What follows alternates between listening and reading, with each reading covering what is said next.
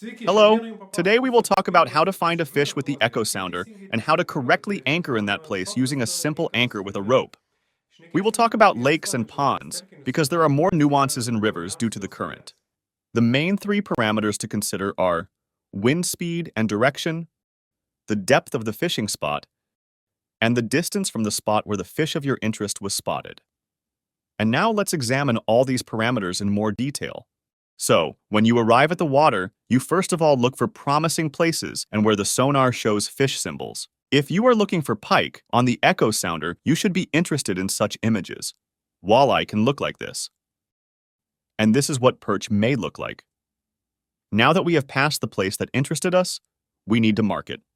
Before that, I will explain a little more the principle of operation of the sonar for those who are just starting to use these devices.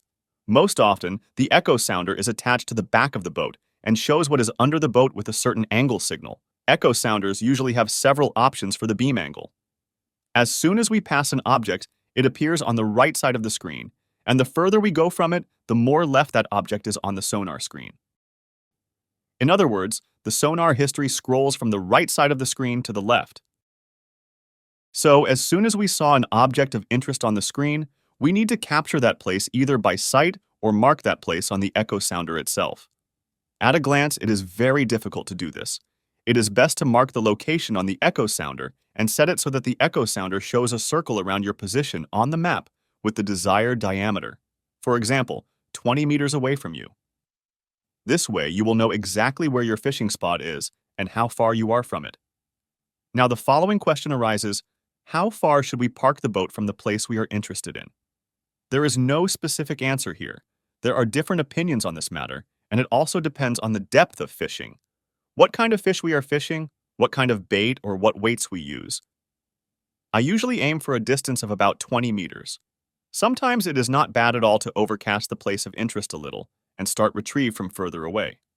Now, in order to position the boat at the distance we need to consider two other factors: wind direction and water depth. Probably the most convenient option is when you are going against the wind from the spot. In this case, you will position the boat in such a way that will be casting the bait downwind. Imagine that you have moved away the desired 20 meters from the spot. Drop the anchor. But by the time you set it and let go a bit of the rope, your position has changed. How much has changed depends on the depth and the angle formed after releasing the rope. Let's say if you are fishing at a depth of 10 meters and release the rope so that an angle of 30 degrees is formed, then you have come closer to your fishing spot by about 6 meters. The distance depends on the depth and the angle of the rope. Distance can be calculated using the right triangle formula. So if you are anchoring while moving from a point upwind, move a little extra to compensate that position change because of dropping the anchor. Alternatively, you can anchor so that your fish will be under the boat. Another option is if you anchor when the wind is blowing from the side. In this case, you will not be carried away or closer to the fishing spot while anchoring, but you will be slightly to the side depending on the direction of the wind.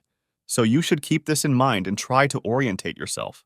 Orientation is clearly helped by the echo sounder, but it is more complicated when the echo sounder is not connected to the compass.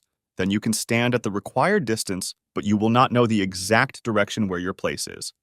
In this case, a compass can help you, but we will talk about this topic in another video.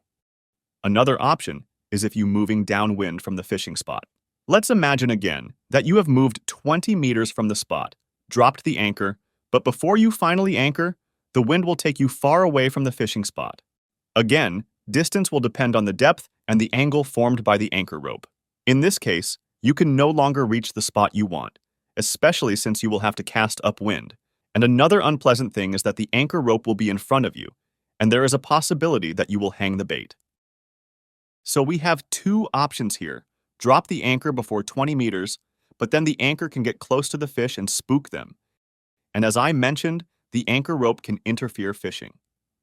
And another, better option is to move slightly to one side or the other and then move away downwind from the spot.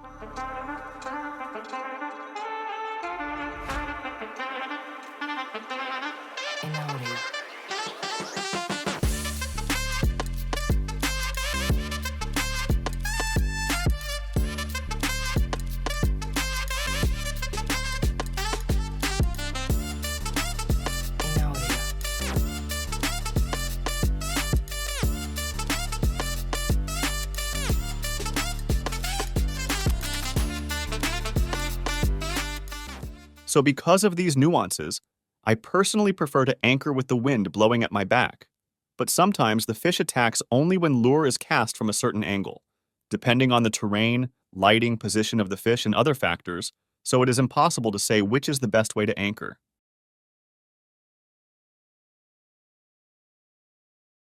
And what if the depth at your fishing spot is, let's say, 5 meters?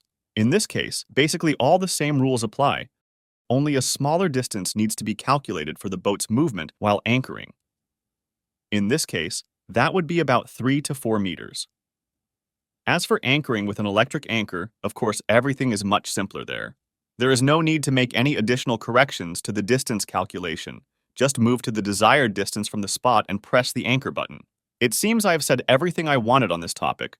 Of course, there will be fishermen with different opinions. As always, there is no absolute truth in fishing. This is just my opinion on how to properly anchor in a fishing spot. Who liked the content? Be sure to subscribe to the channel. And that's it for today. Until next time.